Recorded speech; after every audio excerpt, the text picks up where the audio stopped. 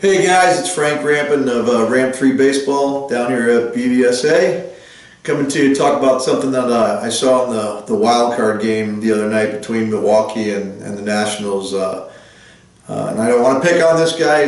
He's a major league player. I never was a major leaguer, only got to AA, but in the game-ending play, for all intents and purposes, when Trent Grisham let that ball get by him or looked like it took a little funny hop, but one of the things that I talk to all of my kids, whether I'm coaching them in the cages or I'm more importantly coaching them on the field in the game, is I talk about anticipation. I mean, there's preparation and there's anticipation, and every player has a different level of baseball IQ. They know the game better than others. It's amazing how some kids start playing the game and they don't know a lot, and then others just have this instinct to know where to throw the ball and know where to go and know how to react and where to be.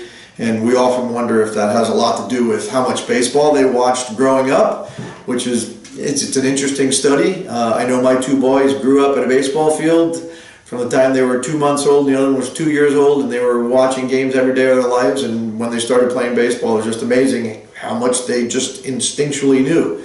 And I do think that somebody should create some type of program, hopefully it'll be us, that we figure out how to not make it boring and have kids watch baseball so that they learn from watching the pros do things the right way and learn those instinctual things. But for those who don't have those instincts, and even some that do, I always talk about you have to anticipate, you have to think. And every pitch, there's that break when the ball's going back to the catcher or the ball's coming back and playing. And you have to quickly think about what's going on, what the situation is, the pitcher, the hitter, the catcher, who's on base, the weather things, and what are you going to do if the ball's hit to you? What are you going to do if the ball's hit over there? What are your responsibilities? And obviously, the more you practice it, the better the coaching that you have who taught you how to do those things. And the more you do reps, the better you're going to be at it. But actually taking the time to physically think about what you have to do, because what he did in that game, and that's what I'm getting to here, is 3-1 at the time, I believe, right? They're playing no doubles. No doubles means they're playing far, far back, and he was almost to the warning track, really deep. So a base hit to him, it's almost impossible to throw the runner out at the plate. That second runner, the runner from third is obviously scoring, and that runner from second is scoring pretty easily. And that was the coach's decision to play no doubles in that situation, whether you agree with it or not. That's the coach's decision, so he put you in that position to not give up a double, but to give up that base hit and let the tying run score from second base. I mean, that's not what he wants to happen, but that's what he's looking at.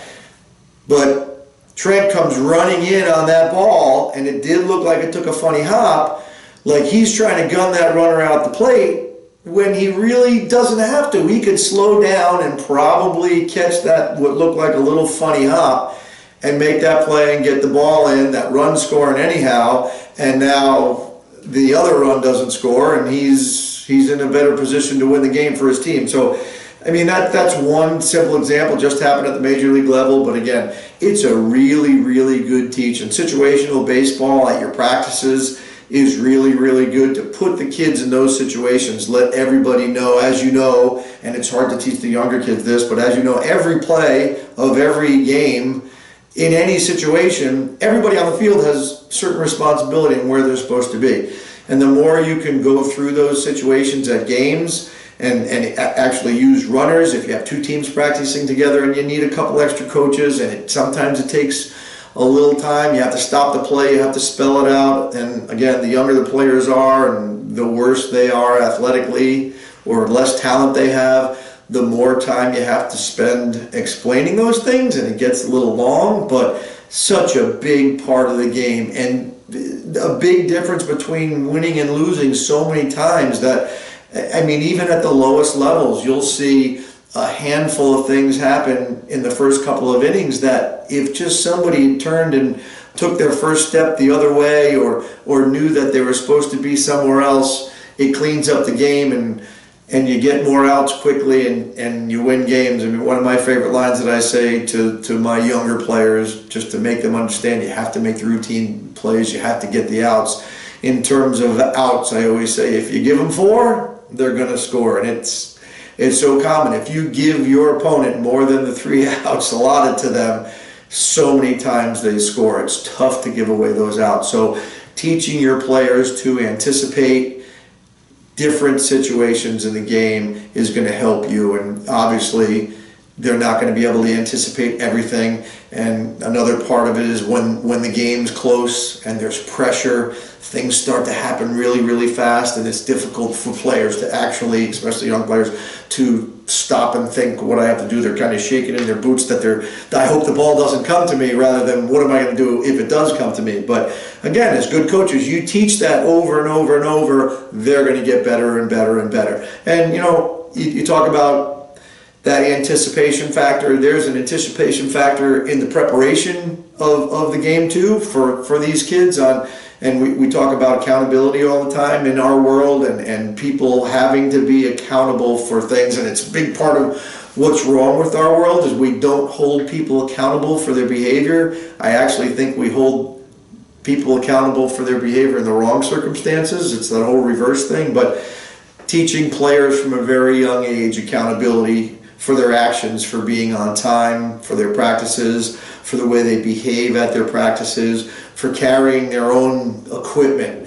I think that's a really good lesson to show kids at a young age. So many times you'll see the kid, and it gets to a crazy age. I see it for kids that are 14, 15 years old, that they get out of the car and their mom, they're twice the size of their mom when they get bigger, and their mom's carrying their bags and they're carrying their equipment.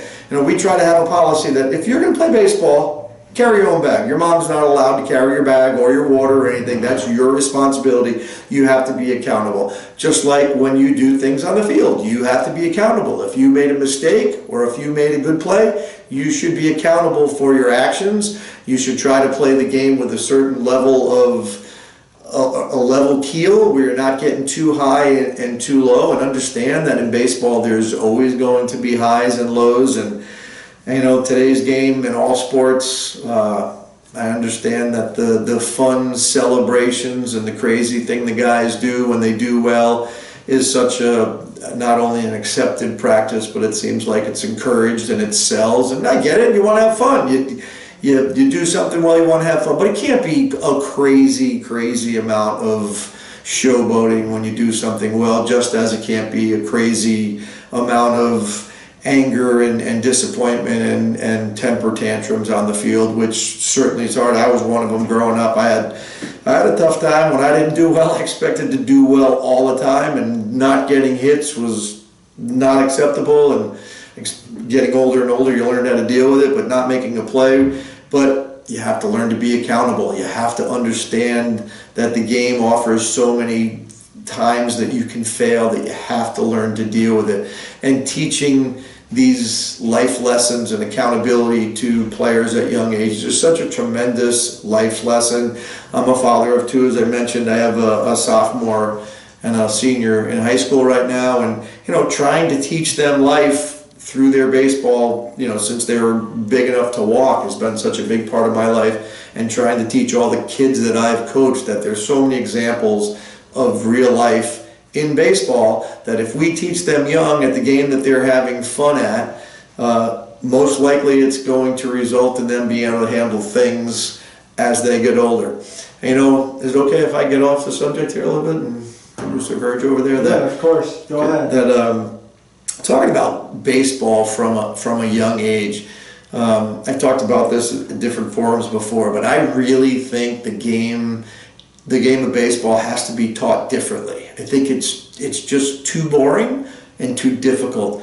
So many of these programs, parents, leagues, towns, whatever, they're trying to get the kids to play at a younger and younger age. And baseball's a hard game. It's not like just kicking the ball. I mean, I'm not saying that soccer or kickball or any other game is easy. There's so many high-level skills to all the sports, but I definitely think hitting a baseball is the hardest feat in all the sports. But when you first start to learn how to play baseball, it is very difficult for a kid to not be afraid of the ball and to catch it, especially when it's in front of his face, or swing and hit a ball when it's traveling at him and he's afraid he's going to get hit. And the process of teaching kids baseball at that young age gets really, really boring. I really think, and we've been trying to put this together, and we get so busy with the other things that we're doing, but we hope we're going to be the people that do it. But we've got to change how the game is taught. It's got to be more fun.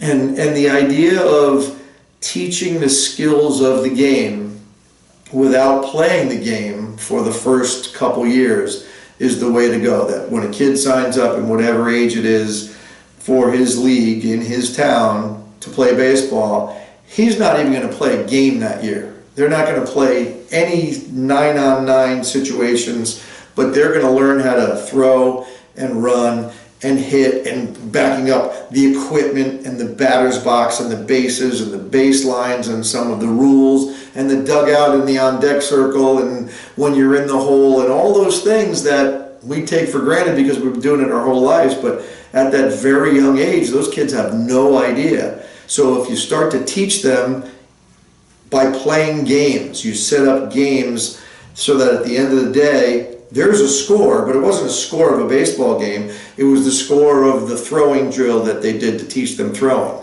It was the score of the equipment drill to teach them the equipment, the score of the field knowledge drill, the rules drill, and so forth.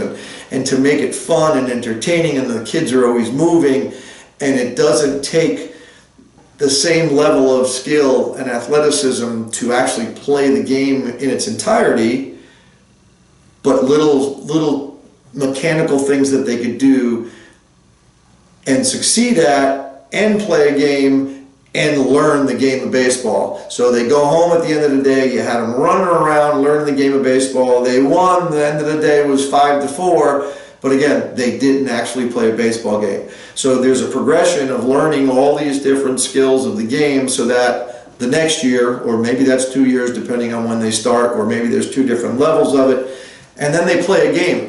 So when you say, okay, Johnny, it's the 3rd inning and you're going out to play so-and-so position, he knows where the position is. I mean, how many times when you're coaching these little kids, you tell them to go play a position, especially the outfield, the corner outfield, you go tell them to play left fielder, right fielder, or third base, and like they go stand on the base or right on the right field line or the left field line. And then the ball's hit the right center field and there's a play and the play happens and he goes back to the right field line again. It's just, you play these games within their development so they know exactly where a right fielder is supposed to play straight up and where he's supposed to play as you get more advanced, on the line, no doubles, in the gap, and all the positions on the field. And I just think, and even have music and some type of fun event at the end of it so that when kids are done with their baseball practice for that day, it was fun. Because especially the not so talented guys, you get these young guys learning how to play the game. You got 12 kids on your roster. You got these 2 kids that are absolutely studs, and a couple other that aren't so good. And then some that really aren't good, so they're afraid they can't get anything done. That's tough to coach all those different levels. So I think that has to happen sometime soon, and we're working on it, and hope we can come up with a successful way to share that first locally, and then who knows, maybe something nationally. But again, kind of combining my 2 stories, part of that new development of players would include those accountability things that we need to teach these kids, the anticipation of the game, the mental aspect of the game, which is something we could talk about forever. So just a little information about the anticipation teach of baseball, the accountability, and where I think and hope the game can go in the future to make it better and easier for the younger kids. And if you have those few kids that are really, really good and they don't need it, there's another place for them to play. I mean, there's so many levels of places to play today, from the daddy ball to travel ball to the high-level travel ball where you're traveling all over the country. So there's opportunities for everybody, but I think the bottom line is to make the teaching process better and more fun, to keep on building the game of baseball and get baseball players to anticipate plays and be good at the game and get better and better and enjoy the game. So that's all I have to say today for anticipation. You have a question, Mr. Bird? Yeah, I'm going to make you continue to extend this. How do you combat, or maybe not even combat, but how do you work with a kid who those principles that you talked about aren't instilled at home or aren't yet instilled at home? How do you manage the difference between what the parent wants and expects and the pace at which they want to teach their kid versus you're now putting them in this program that is kind of accelerating that? You talk about pace of play and development of play, or discipline of a kid? Discipline of a kid, that you're teaching them accountability, preparation, and that might not be what the parent wants. That might not even be in the realm of what they've thought of going to their kid with. You know, I've seen that all. Were you about to say something else? I've seen both ends of it. Here's what I've found. Most parents really like when somebody who they trust, and you have to earn that trust with your knowledge of the game, your behavior, and when you take their kid and they usually come with a little seriousness, it's a stranger, it's somebody that they haven't dealt with before, it's a bunch of new kids, and they're serious at first. And if you can instill some discipline and some authority from the very beginning and get these kids working hard, the parents usually really, really like it. And if you really push their kids, and I've had all different level kids, the bad kids that are really goofing off, that you can get them in line and get them to become part of the team and get them to function properly with everybody. The parents usually appreciate that and enjoy that, although I have had the parents that, two things from what you said, that they don't buy into the fact that their kid's the troublemaker. I'll usually have the conversation with the parents, say, hey, just so you know, it was our first practice today, and whatever his name is was a little distracted, got him in line a little bit, but he doesn't seem so interested, he doesn't really seem to want to pay attention, not sure where he's at, and here's the plan and what we're going to do, and or if even worse, the kid did something stupid and hurt somebody or did something clearly against the rules. Sometimes parents will just, not my son, that's hard to believe. And then the other ones are just so happy, do what you want to do, coach, take care of them, because I get that part of it as a parent. You always feel like, yeah, I'm tough on my kids and I'm doing the right things and I'm giving them tough love, but tough love is tough. That's why they call it that, to be tough on your kid and constantly be making them do what you think is the right thing in all different walks of life isn't so easy. Feel like you just constantly tell them what to do because they constantly are doing the wrong thing. It's just in them. So to hand them over to somebody for an hour and a half or 2 hours a couple times a week as their coach, who you trust and believe has the interest of the kids and their well-being in mind, it's more often than not well received by the parents. And if it's not, and I've dealt with it, you gotta lay it on the line, you gotta sit them down, you gotta one-on-one, and if they don't see eye to eye, there comes a point where you're gonna have to say, you know what, this just isn't gonna work. I'm doing everything that I can, and I'm trying to do this, and you're not supporting that, but you can come and watch the practice and see what goes on, but not many of those have happened. The kids usually come around, and the parents usually come around, and that's part of the best things about coaching, is when you can transform and teach kids to behave properly in that team environment and then create a team atmosphere that makes everybody better. When you have when your better players are good kids, they usually are, they're usually focused, because sometimes the good kid's a bully or a tough guy and isn't looking to help anybody, but when you got those couple of good kids on your team that are really good, it really helps all those other kids come along. And then you have to manage it fairly. If you don't, even though those kids are the studs and the other kids aren't, and you just brought them out of this, uninterested, unfocused level of play to a higher play, you gotta play them fairly, because the parents always think that their kids should be in the game, and you need to develop players and they need to be in the game to develop them. Did I answer your question? Yeah. Follow-up question. Have you had a scenario where... That's Verge over there, by the way. He's the producer. Yeah, I'll be on camera at some point, but Okay. for now, have you had that situation with either one or both of your boys that they've been coached by someone, not where they've had to be disciplined more than Japan baseball disciplined them with that rigid 5-hour practice schedule and play that they were on when they were very young, but someone that you saw was able to get through them differently? Yeah, there's no doubt about it. I mean, both my boys are pretty good ball players and have had a lot of success. I've coached them both when they were younger, and then they've played for other people, and there's no doubt about it, especially, I was going to say more on the one-on-one level, but even team level.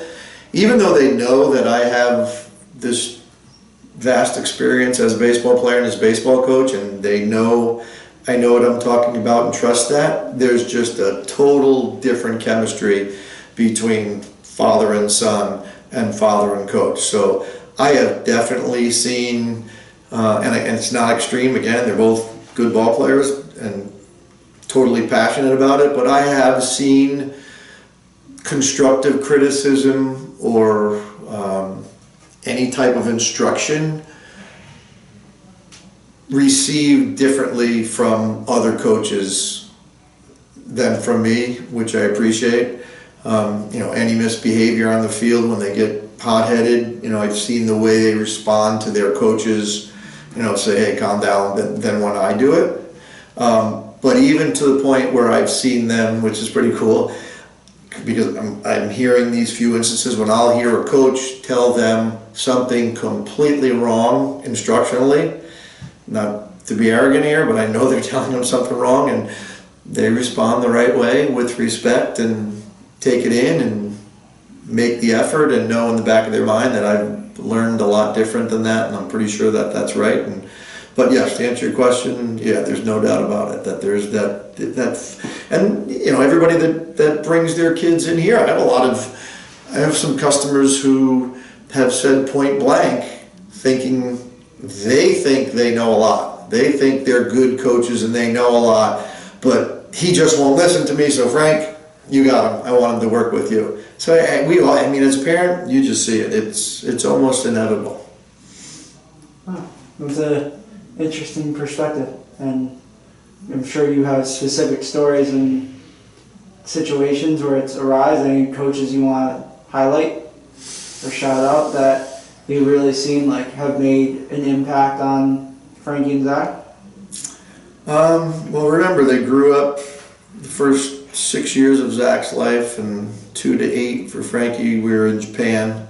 So there's about 50 coaches because of the amount of coaches. Well, they were around Bobby V a lot. Well, him too. Just to name a small name of it. And so when they were able, we were out at the park outside of our apartment just about every day, and that was mostly me, but then Benny Agbayani was out there with his kids. Also another small name to mention, just a former major leaguer. Yeah, so again, on what I mentioned earlier, I mean, they were babies, they were little kids, but I do think because they were around it and watching it, not necessarily, around watching the right thing too, because it was a high level, both of them.